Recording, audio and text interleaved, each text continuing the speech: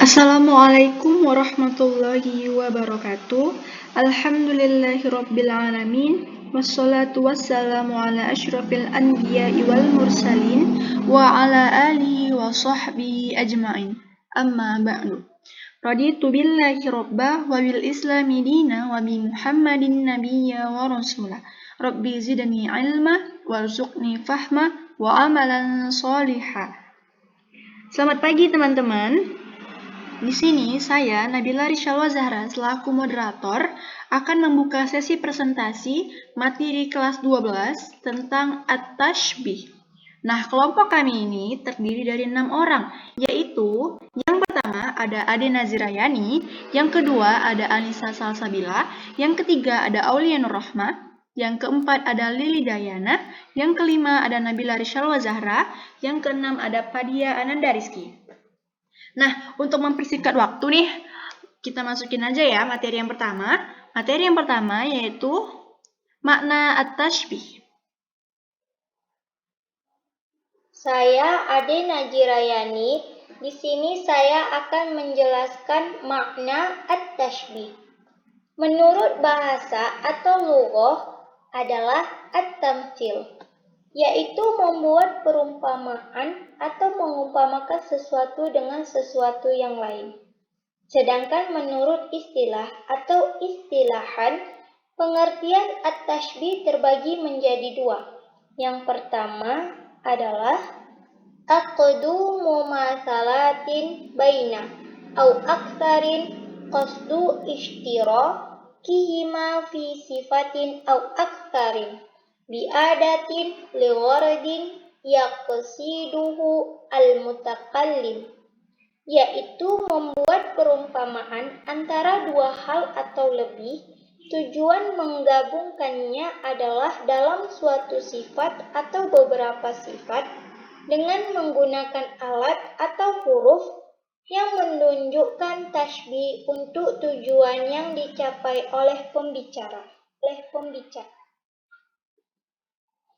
Saya Aulia Nur Rahma. Di sini saya akan menjelaskan pengertian tasbih secara istilah yang kedua, yang berbunyi ibaratun an bayanin anna syai'an au asya'a syarakat ghairaha fi sifatin au aksara bi adatin hiyal kaku au ghairaha malfudatan au malfudah, yang artinya ungkapan tentang menjelaskan bahwasannya sesuatu atau satu hal atau lebih bergabung dengan yang lainnya dalam suatu sifat atau lebih dengan menggunakan suatu alat seperti yang lainnya baik secara tersurat ataupun secara tersirat.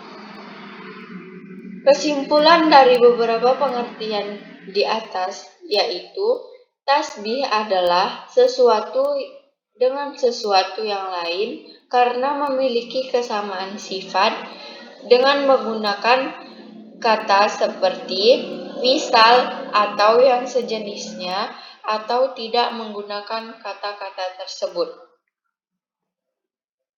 Nah, teman-teman, ada 4 unsur-unsur tashbih atau arkanut tashbih yang perlu kita ketahui.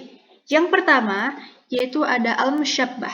Al-musyabbah wal amrul ladzi yuradu ilhaquhu bi ghairihi, atau yang artinya hal atau orang yang ingin diumpamakan.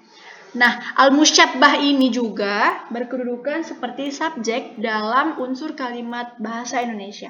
Yang kedua ada al-musyabbah bih. Al-musyabbah bih wal amrul ladzi yalhaqu bihil musyabbah, yang artinya hal yang dijadikan sarana atau tempat sandaran perumpamaan. Nah, kalau al-musyabbah bih ini dia berkedudukan seperti objek dalam struktur dan unsur kalimat bahasa Indonesia. Saya Lili Dayana. Saya akan menjelaskan rukun dari tasbih yang ketiga dan yang keempat. Rukun yang ketiga yaitu adatut tasbih.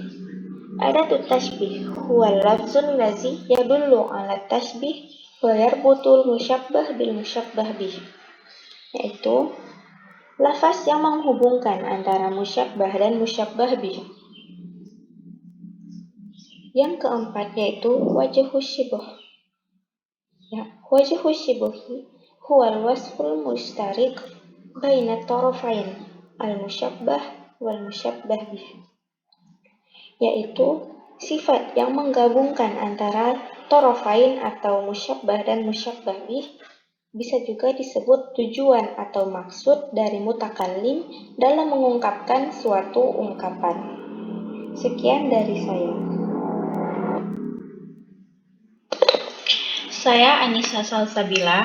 Di sini saya akan menjelaskan beberapa contoh dari tasybih. Contoh yang pertama yaitu hunna libasul lakum, yang artinya mereka adalah pakaian bagimu. Di dalam kalimat ini terdapat beberapa unsur-unsur yang membentuk tasybih. Di antaranya seperti kata yang pertama, yaitu kata hunna. Hunna di sini berkedudukan sebagai musyabbah, yang artinya yaitu orang atau hal yang ingin diumpamakan. Sedangkan kata libasul lakum di sini berkedudukan sebagai musyabbah bih, atau tempat diumpamakannya atau tempat perumpamaan dari musyabbah. Contoh yang kedua yaitu nisaukum harthul lakum, yang artinya istri-istrimu adalah tempat bercocok tanam bagimu. Di dalam kalimat ini juga terdapat beberapa unsur-unsur yang membentuk tasybih. Di antaranya yaitu pada kata yang pertama, nisaukum. Di sini kata nisaukum berkedudukan sebagai musyabbah, yaitu orang atau hal yang ingin diumpamakan. Sedangkan kata harthul lakum di sini berkedudukan sebagai musyabbah bih, yang artinya tempat diumpamakannya atau tempat perumpamaan dari musyabbah. Saya Padiana Rizky. Di sini saya akan menjelaskan contoh tasybih yang berikutnya. Contoh tasybih yang ketiga yaitu fa'asbahat kassorim, maka jadilah kebun itu hitam seperti malam yang gelap gulita. Di dalam kalimat ini terdapat beberapa unsur-unsur yang membentuk tasybih. Seperti pada kata yang pertama yaitu fa'asbahat. Kata fa'asbahat dalam kalimat ini berkedudukan sebagai musyabbah, yang artinya yaitu orang atau hal yang ingin diumpamakan. Kemudian kaf. Kaf dalam kalimat ini berkedudukan sebagai adatu tasybih, yaitu alat atau huruf yang dijadikan sebagai penghubung antara musyabbah atau antara orang yang diumpamakan dengan tempat perumpamaannya. Dan kaf inilah yang dikatakan dengan adatu tasybih. Kemudian kata yang terakhir yaitu sorim. Kata sorim dalam kalimat ini berkedudukan sebagai musyabbah bih. Artinya yaitu tempat diumpamakannya atau tempat perumpamaan dari musyabbah.